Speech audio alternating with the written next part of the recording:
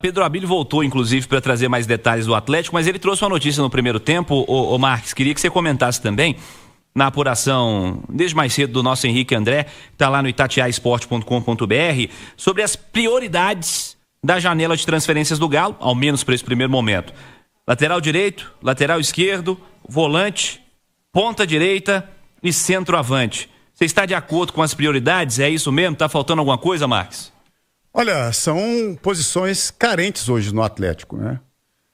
Até para colocar uma concorrência, né, com a possibilidade dos possíveis titulares, né? O Arana precisa de uma sombra, quem está do lado direito precisa, um centroavante que a gente tem cobrado tanto, né, nos últimos tempos aqui no nosso programa, né?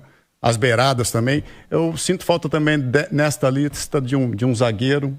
O Panzi concorda contigo. Um zagueiro, acho importante. Titular, você fala, né? Exatamente, para chegar a vestir a camisa.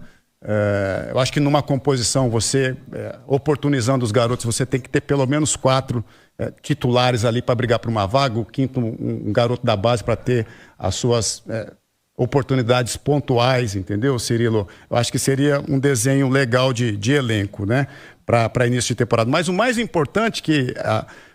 independentemente de prioridade, que esses reforços cheguem no início da temporada, né? O Atlético se representa aí no início de janeiro, seria o mundo ideal esses atletas já estarem todos aí disponíveis, né, para iniciarem a pré-temporada, já que o brasileiro já começa no final de janeiro. Acelerar essa janela com toda certeza. Vamos ver os nomes que vão surgir aí nas próximas semanas, nos próximos dias, para essa história da janela de transferências do Galo, hein, Abílio? É isso, né, Cirilo? Segue trabalhando nessas frentes para renovação, especialmente do seu elenco, pensando em 2026. São prioridades, mas que vão passar também pelas negociações que chegarem, né? Pelas propostas por ativos do clube que a equipe atleticana espera que aconteça. Afinal, esse movimento não depende, né, só de quem está contratando, mas sim do dinheiro que está entrando em caixa também. É algo importante nesse momento. Ô Cirilo, eu vou trazer aqui para a turma que está acompanhando a turma do Bate-Bola detalhes de uma reportagem que está no itatiaesporte.com.br. Afinal de contas, a gente terminou a primeira temporada com a grama sintética na Arena MRV. O Atlético resolveu implantar gramado sintético no seu estádio depois de enfrentar problemas desde 2023 na inauguração da arena, especialmente com relação à iluminação natural, o que prejudicou bastante o crescimento e a manutenção da grama natural no seu estádio.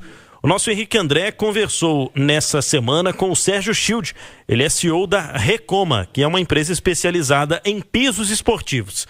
Nessa reportagem que está lá no itatiaesporte.com.br, há uma extensa conversa em relação ao gramado sintético, a evolução da tecnologia, como essa discussão foi parar, né, no centro dos grandes clubes neste fim de 2025. Muita gente pensando, né, o que vai ser permitido, o que será proibido. Houve aquela nota conjunta na última semana de clubes que possuem em seus estádios gramado sintético, defendendo a utilização da grama artificial, especialmente em situações extremas, né, em que há maior dificuldade de cuidar da grama natural. Mas vamos trazer aqui o Sérgio Schild, que fala sobre a mudança de modelo do futebol no país e o benefício da grama sintética. A nossa realidade é de um futebol que está sendo desmamado do dinheiro público. Graças a Deus, né, o modelo de negócio do futebol, dos estádios, está mudando. Porque até nem pouco tempo atrás, era tudo financiado com dinheiro público, em que se gastava o dinheiro da população, de quem gosta e de quem não gosta de futebol, para pagar os absurdos de você trocar o gramado 3, 4, 5 vezes por ano. O Maracanã, que hoje é financiado pela concessão do Flamengo, que ganhou o estádio sem ter que pagar por ele, né? Uma coisa é o Atlético, que tem o estádio e teve que pagar por ele. O Palmeiras, alguém teve que pagar pelo estádio. O Grêmio, alguém teve que pagar pelo estádio. Mas o Flamengo recebeu um estádio em concessão. Esse estádio em concessão não restou conta de juros para pagar a construção do estádio.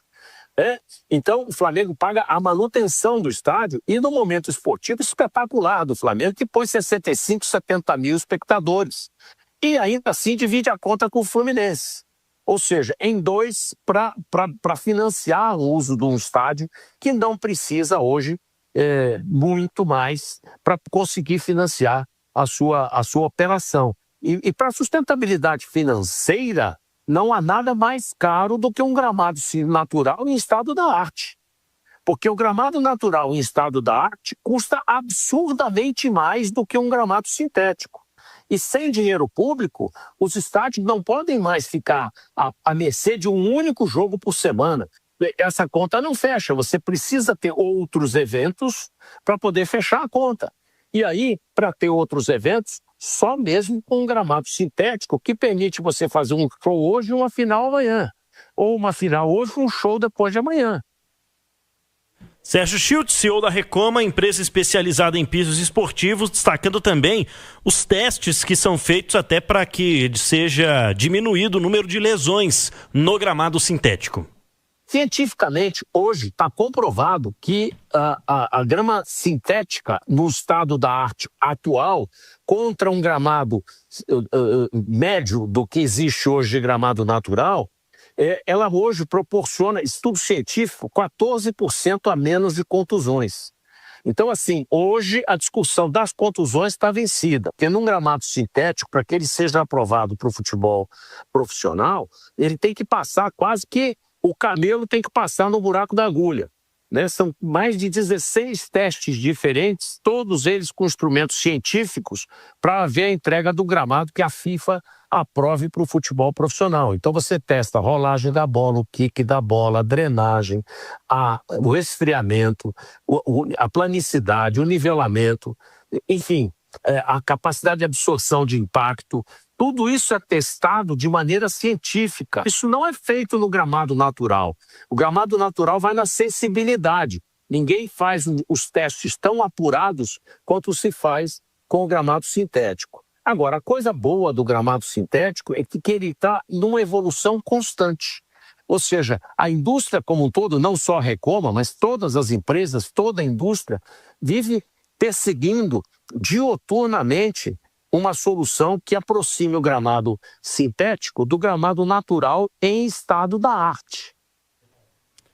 É isso, Cirilo. Em outras frentes, né? A gente segue acompanhando esta semana do Atlético, fechando este 2025 com alguns jogadores ainda em treinamento, aqueles mais jovens lá na Cidade do Galo. Os jogadores do DM seguem trabalhando até o dia 23 de dezembro também. E em 2 de janeiro a reapresentação do time profissional para a temporada de 2026. Qualquer novidade, a gente volta porque o mercado está começando a esquentar pelos lados do Galo, Cirilo.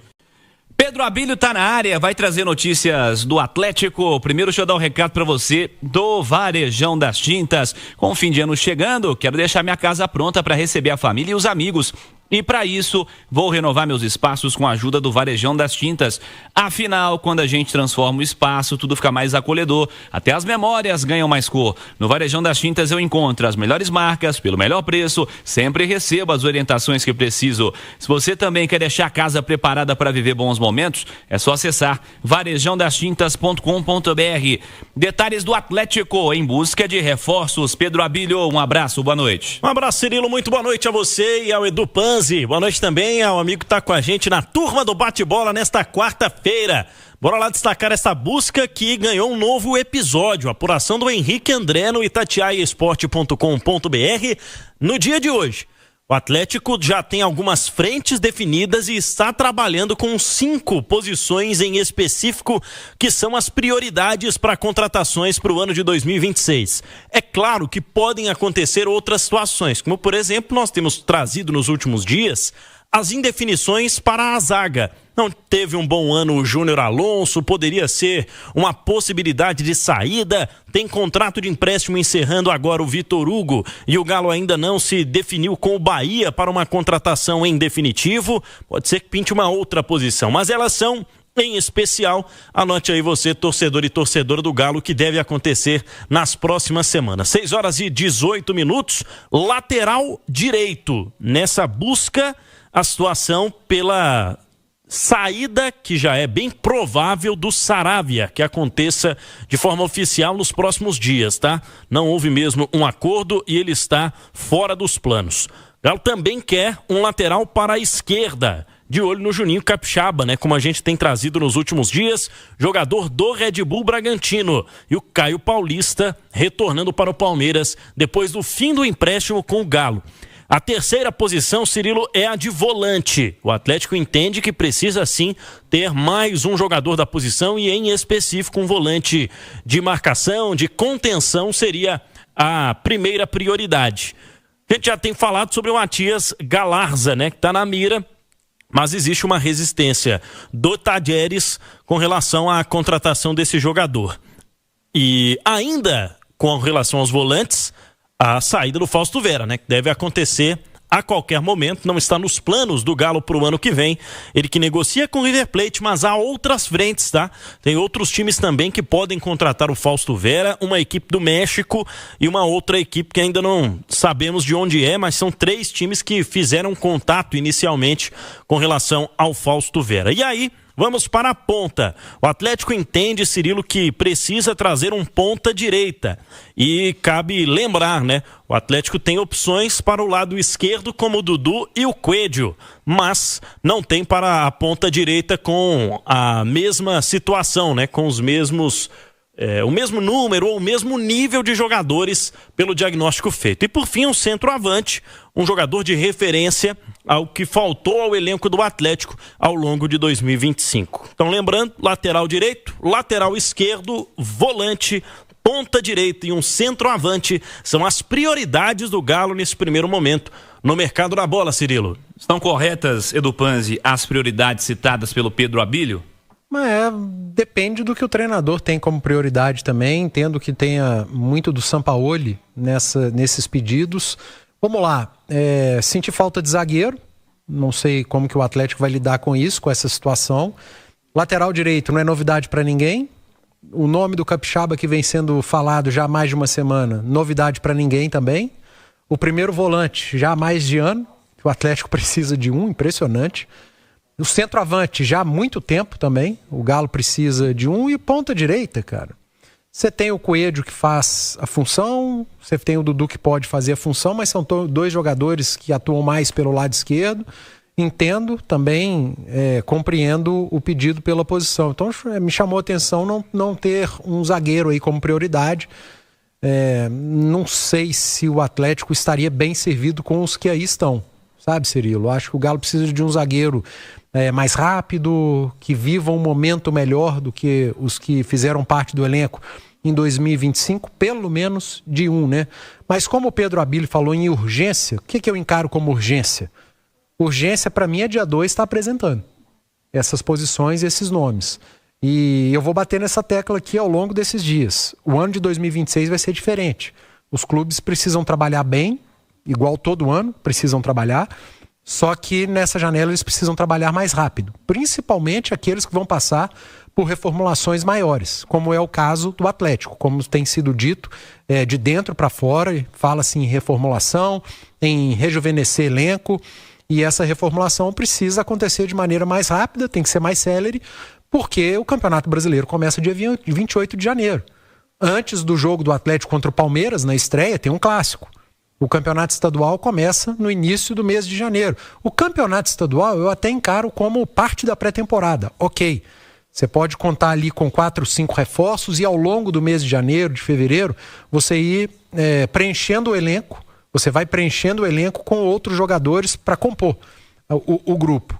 Mas, quando se fala em prioridade, eu entendo como reapresentação, a prioridade já está aí. Você falou de zagueiros. O Atlético tem certos para o ano que vem.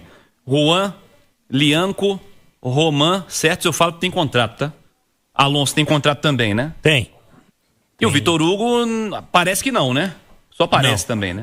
Ainda não tem. Termina agora em dezembro o empréstimo e o Atlético tenta a contratação em definitivo. E também tem o Vitão, que é o menino da base que não jogou ainda no profissional.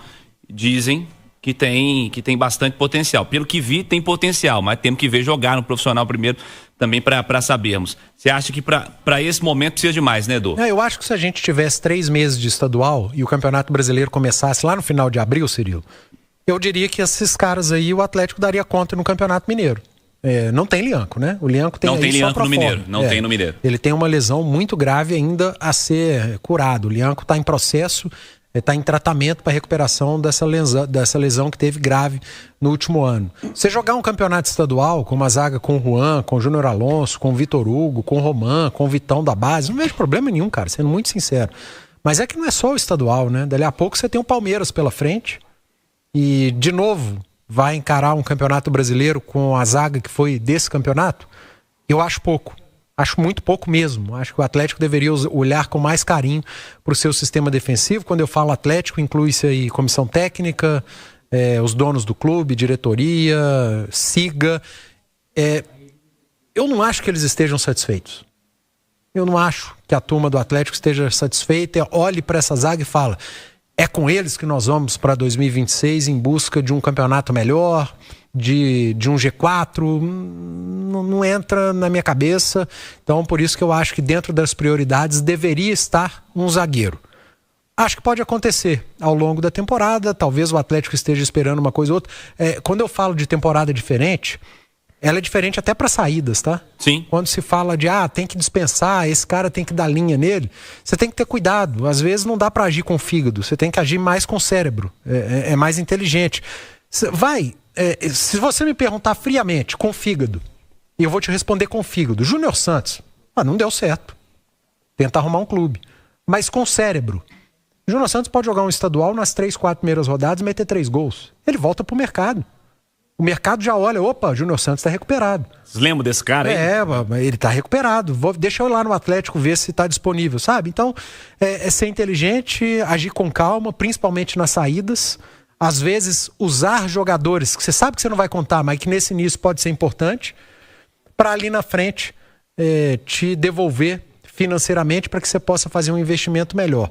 Mas quando se fala em urgência, e o Pedro Abílio trouxe ali alguns setores, urgência eu entendo como dia 2 esses caras já estarem aí.